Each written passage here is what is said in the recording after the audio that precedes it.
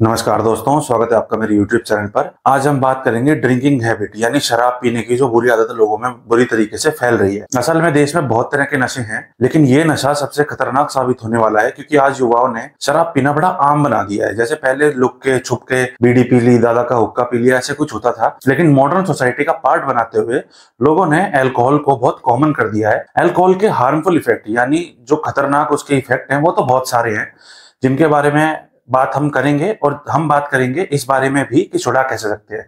लेकिन फोकस मेरा इस चीज पे ना होकर कि क्या उसके इफेक्ट हैं, इस चीज पे ज्यादा होगा कि कैसे हम उससे बच सकते हैं। तो इसी बारे में पूरी वीडियो होगी और अगर आपके साथ ये समस्या है तो मैं आपकी पूरी सहायता करूंगा शराब को छुड़ाने में। इसीलिए शुरू करते हैं अब इस वीडियो को। इसको छुड़ाने के मार्केट में ढेरों तरीके हैं, लोगों को पता भी है कि ये चीज गलत है, फिर भी लोग करते हैं। और नए साल पे हमने देखा कि कितना बुरा हाल था युवा बच्चों का देश में, कैसे पड़े पड़े घूमने लग रहे थे, कोई किसी की गोदी में पड़ रहा है, कोई कहीं पड़ रहा है। शराब एक ऐसी चीज है जिसके बारे में चंद लाइनें में कहना चाहूंगा। कलयुग में राक्षस की प्रजाति है, दूध बेचने घर घर जाना पड़ता है, शराब अपने आप बिक जाती है, शराब पीने वाले के साथ साथ उसके परिवार को भी ये खा जाती है। दोस्त के साथ पहली बार कड़वा स्वाद लेने से और आखिर में तड़प तड़प के मरने तक शराब एक ऐसी चीज है जो कभी भी सही नहीं हो सकती किसी भी मायने में।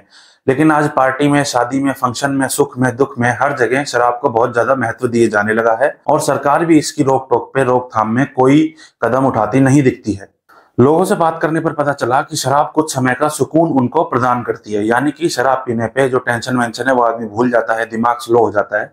यानी शराब जो है हमारे शरीर के साथ साथ दिमाग से भी खेलती है।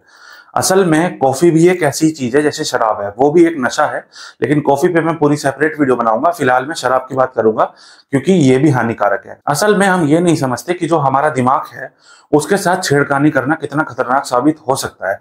क्यों? क्योंकि आज भी साइंटिस्ट दिमाग को ठीक से ना जान पाए हैं, ना उसके बारे में आने वाले 100 साल तक जान पाएंगे। चाहे डॉक्टर कितने भी अवेलेबल हों, लेकिन वो इन चीजों को अभी भी नहीं समझ पाए हैं। अगर आपके दिमाग के साथ एक बार छेड़खानी हो गई तो वो फिर वो बात नहीं आती जो पहले थी, चाहे वो ऑपरेशन हो, चाहे वो मेडिकेशन हो, चाहे कुछ भी हो। तो इसीलिए शराब अगर आप पीते हो अपने दिमाग को बेवकूफ बनाने के लिए तो वो बहुत गलत है। लेकिन शराब क्या करती है, आपके बाकी ऑर्गनों को भी साथ साथ खराब करती चली जाती है। शराब जहां से भी बहती हुई जाती है वहां अपना निशान छोड़ती हुई जाती है। अगर हम देखें तो शराब करती क्या है, शराब थोड़ी देर का सुकून देती है और उसके बाद आपको फिर वही स्ट्रेस, टेंशन, परेशानी आ जाती है। इसके बाद आप दोबारा उससे दूर भागने के लिए शराब पीते हो, थोड़े समय का आराम देने के बाद आपको फिर वो और ज्यादा परेशानी देती है। आप ये नहीं सोचते जिस परेशानी से आप जूझ रहे हो उससे बचने के लिए अगर आप शराब पी रहे हो तो जैसे ही शराब का नशा उतरेगा वो परेशानी और बढ़ जाएगी। उसके बाद जब आप इस पोजीशन पर रहोगे, उसके बाद जब आप शराब का नशा छूटेगा तो वो परेशानी और बढ़ जाएगी। तो ये टेम्परेरी सॉल्यूशन निकालने की बजाय अगर आप परमानेंट सॉल्यूशन की तरफ जाओगे तो ज्यादा बेहतर रहेगा। अब इस पे ज्यादा बात ना करते हुए कि शराब कैसे हानिकारक है और कैसे वो आपका जीवन बर्बाद करती है, इस पे बात करते हैं कि इसको छोड़ा कैसे जा सकता है। तो छोड़ना किसी भी चीज को बहुत आसान होता है। किसी भी चीज से एडिक्टेड इंसान जो होता है उसके लिए मुश्किल होता है क्योंकि वो अंदर से हार चुका होता है, अंदर से टूट चुका होता है। लेकिन शराब के दुष्परिणाम आप आज जानते ही नहीं हो। असल में शराब पीकर लोग किसी के साथ बुरा करने से पहले भी नहीं सोचते।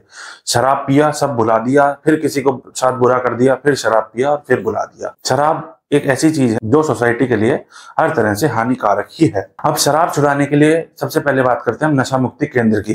तो वैसे तो जो नशा मुक्ति केंद्र जैसे दिखाए जाते हैं वैसे होते नहीं हैं, और नशा मुक्ति केंद्र में भेजने का मतलब है कि एक बहुत बड़ा खर्चा हो जाना। यानी नशा मुक्ति केंद्र की एक फीस होती है जो आपको देनी पड़ेगी, और नशा मुक्ति केंद्र में भी ट्रीट जैसे किया जाता है वो इंसान नहीं, एक जानवर का तरीका होता है।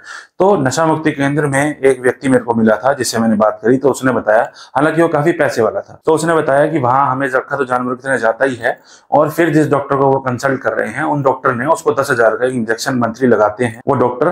तो उस डॉक्टर से क्या होता है, इंसान के अंदर की ना फीलिंग्स खत्म हो जाती है। जब हम शराब पीते हैं तो वो ऑब्वियसली हमारा एक डिजायर है कि हमें शराब पीनी है, हमें नशा करना है, तो वो हमारे अंदर की एक इच्छा है।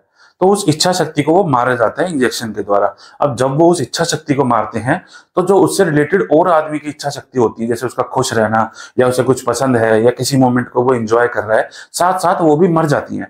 मैंने कहा ना, आज भी डॉक्टर के पास दिमाग को समझने के लिए संपूर्ण विज्ञान नहीं है, ना विज्ञान हमारा इतना विकसित हुआ कि वो सब कुछ समझ पाए।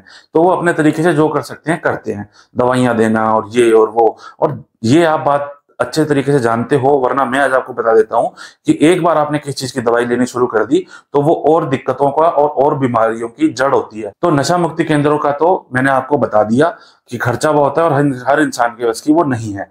तो शराब महंगी और सस्ती बराबर होती है। जैसे कि मैं आपको बताता हूँ, 50 रुपए, 100 रुपए, 150 रुपए, 200 रुपए तक की भी शराब आज मिल जाती है। जैसे घी मिल जाता है, लोकल साइड आप जाओगे 200-250 का घी मिल जाता है, 200-250 की शराब मिल जाती है। लेकिन लॉकडाउन के बाद जब मैंने पूछा कि शराब का क्या हुआ, क्योंकि चारों तरफ जो रेगुलर शराब पीने वाले लोग थे वो अंधाधुंध किसी भी दाम पर शराब खरीदने को तैयार थे। तो एक साहसी होता है जिसका नाम, उसका नाम पढ़ते पढ़ते सासी पड़ गया। वो सासी 20 से 30 रुपए की, 40-50 रुपए की शराब बेचता है, जो एक छोटी सी बोतल होती है जिसको पियो और उसको वहीं फेंक दो और थोड़ी सी हाजमोला वो देते हैं, वहां पे खा लो।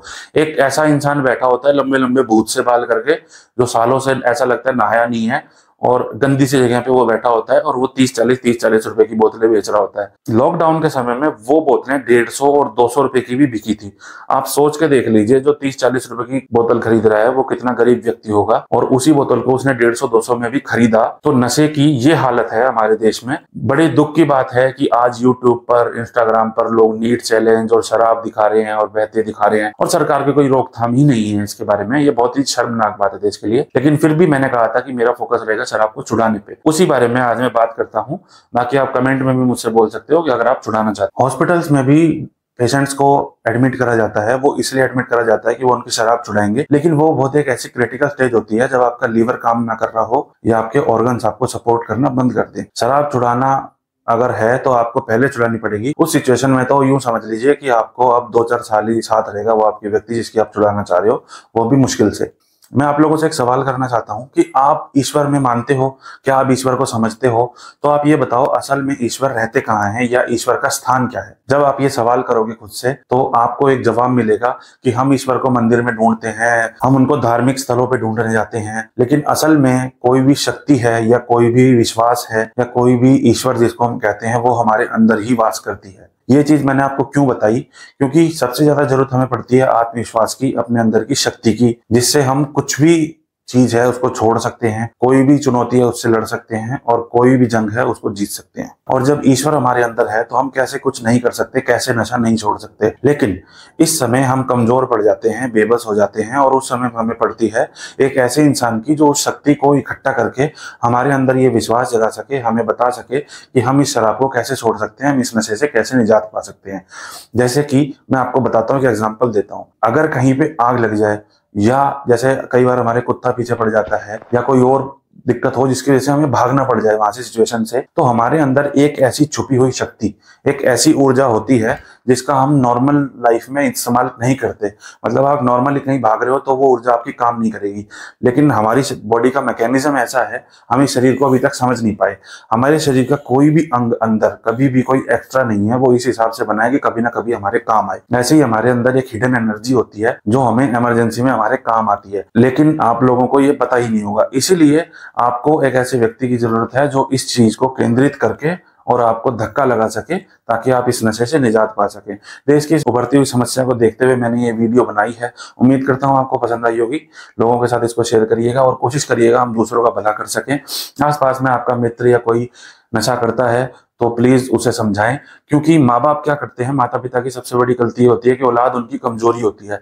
और कितने माँ बाप ये जानते हैं कि हमारा बेटा नशा करता है, लेकिन फिर भी वो उनके शादी ब्याह करवा देते हैं, और उसके बाद एक की तो जिंदगी खराब होनी थी, दूसरे इंसान की भी जिंदगी खराब होती है। तो मैं रिक्वेस्ट करूंगा उन पेरेंट्स से कि आप अपने बच्चे का अच्छा सोचते हैं, वो कोई गलत नहीं है, लेकिन आप पहले उसका नशा छुड़ाने की कोशिश करें।